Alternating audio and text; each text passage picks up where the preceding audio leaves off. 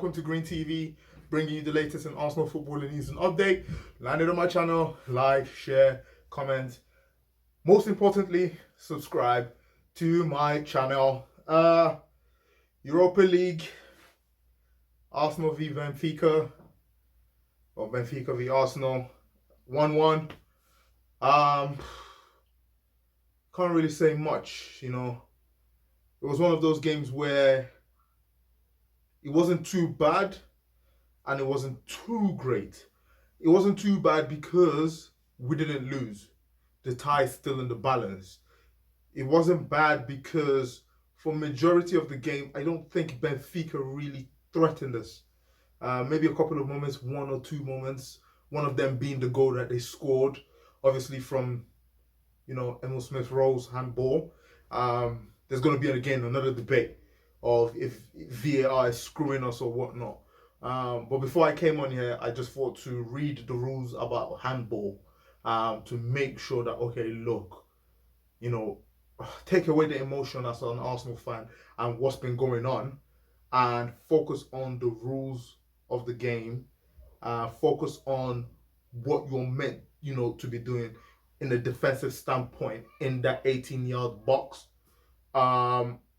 The rules of the game states if your hand is in an unnatural position in that 18-yard penalty box, it is cause for a penalty. So we were unlucky to go behind, but obviously in the space of 2 minutes, we equalized. Saka, star boy Saka again, always shining. Great work from Cedric down the left-hand side. He held on to that ball for such a long time, and I thought, oh my God, this guy is going to let the chance go. Obviously, him being right-footed, I thought maybe he wanted to cut back. But he used his left foot and, he passed it into Saka, into, empty net, which was great. We equalized. And I think for me, even before then, we were a threat. We had one or two opportunities that Aubameyang missed. And we go back again to this game where we needed a talisman to perform, and he didn't perform. And I think for me, that's the worrying thing. It's all great scoring against, your Newcastles, the small teams basically. But when it does matter the most, does Aubameyang really turn up? And I think for me, that is a major question. Like I said, it's good and bad. It's good because we are in the tie, and all his misses didn't cost us. It didn't cost us the game. It didn't cost us 3 points. It cost us 2, but not 3. 3 points to be able to take into the game next week and say, okay, look, we have an advantage here. But in a sense as well, were those clear-cut chances? Some of them were. The first one in the first half, he missed an open goal. In the second half as well, he could have shot with his left. He tried to dink it back onto his right. Is this a case of Aubameyang not being fully fit? These are questions that needs to be asked.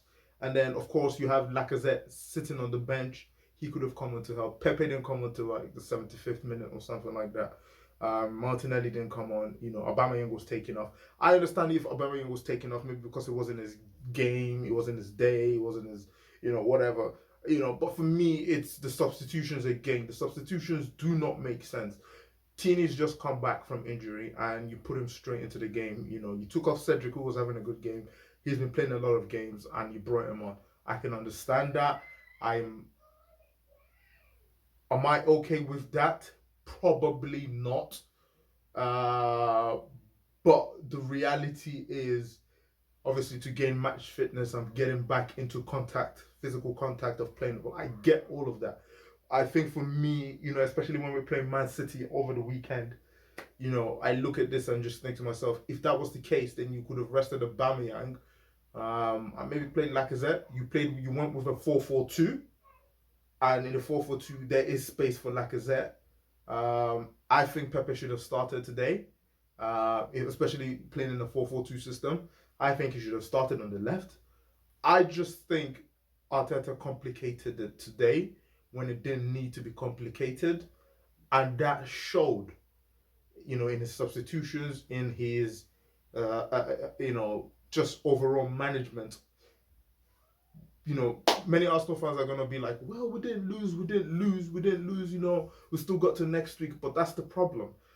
Situations like this, in games like this, you are meant to tie the game down. I give you an example. If you look at the Rangers v Antwerp game or something like that, you know, they won the game 4-3, last minute goal. Now they've only won the game by one goal, but the reality is next weekend Antwerp will need to score 2-3 goals and hope that Rangers don't score at home. That is control of the tie. We are not in control of the tie right now. It's in the balance, and I think that's my problem. It's that inconsistency where you have the opportunity to take control of a situation and you don't, and that stems straight from the manager. We're not going on to the board because, as far as I'm concerned, the board are not responsible for the results on the pitch. They've spent money. We have the players to make at least top 6. So it comes down to the management. It comes down to the players at this point. You know, bringing on Willian 85th minute. We need a goal. We need something. You bring on Willian, you had Lacazette sitting on the bench. Doesn't make sense to me. Are you trying to force him out of the club? Are you trying to, whatever it is, it's not working. And if you're trying to get to the Champions League level, even if you wanted to sell him, use him right now to showcase so that other potential clubs will be able to look at him and, you know, have a good view on who it is that they have. And if you start to go down the Ozil route again, it's going to be hard to offload Lacazette when the time comes to offload Lacazette. It's confusing because this is a tie I think we should have won. I think these are the games that we need to win. I think these are the moments where you get to see if Arteta has made us move forward. My personal opinion, no, he hasn't. My personal opinion is we haven't gone backwards, but we haven't gone forward. We have improved in some aspects of our game, but at the cost of other aspects of our game. And I also believe that, you know, I can see what he's trying to do, and I can understand that we need to give him time and all of these things. But football can be quite simple sometimes, and when we try to complicate it, we get ourselves into a mess. We're not a Pep Guardiola who has unlimited resources. We're Arsenal Football Club where we're self-sufficient, we're self-reliant. So the players that you've got, you need to make them better. The players that you've got to use them and get every single juice out of them. And I just think that at the moment, the tie, like I said, is in the balance. It's not lost, but at the same time, it's not won. I just hope that next week we are able to take advantage and show that we are Arsenal, move to the next stage. We can't be struggling against Benfica, who, you know, with all due respect to the Portuguese league, it's not the same as the Premier League. It's basically like the Championship. Can't be struggling against them and hope to go far. Arteta needs to figure out his best team, his best formation, and just go with it. Keep it simple. Have your plan A, your plan B, and your plan C in needs be. Pick the right players in the right position. Make the right substitutions at the right time, based on, of course, training, level performance, fitness, and just let it flow. There's no need to try and complicate it like Pep Guardiola.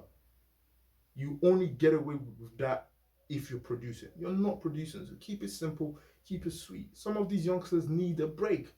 Emil Smith-Rowe, I believe he could have been rested today. I personally believe that, so that Pepe could play. So, you know, it's just, we haven't lost, we haven't won. It's one of those games where next week is going to be like a heart attack. And I really hope that we do pick up points next week and we win. Let's keep the faith. Weekend, Man City. Hopefully it's a good game. Hopefully it's not a drab match. Hopefully let's just pray we don't get thumped. And yeah, we are the Gooners. Come on, you Gooners. Come on. Till the next time. Let's get it.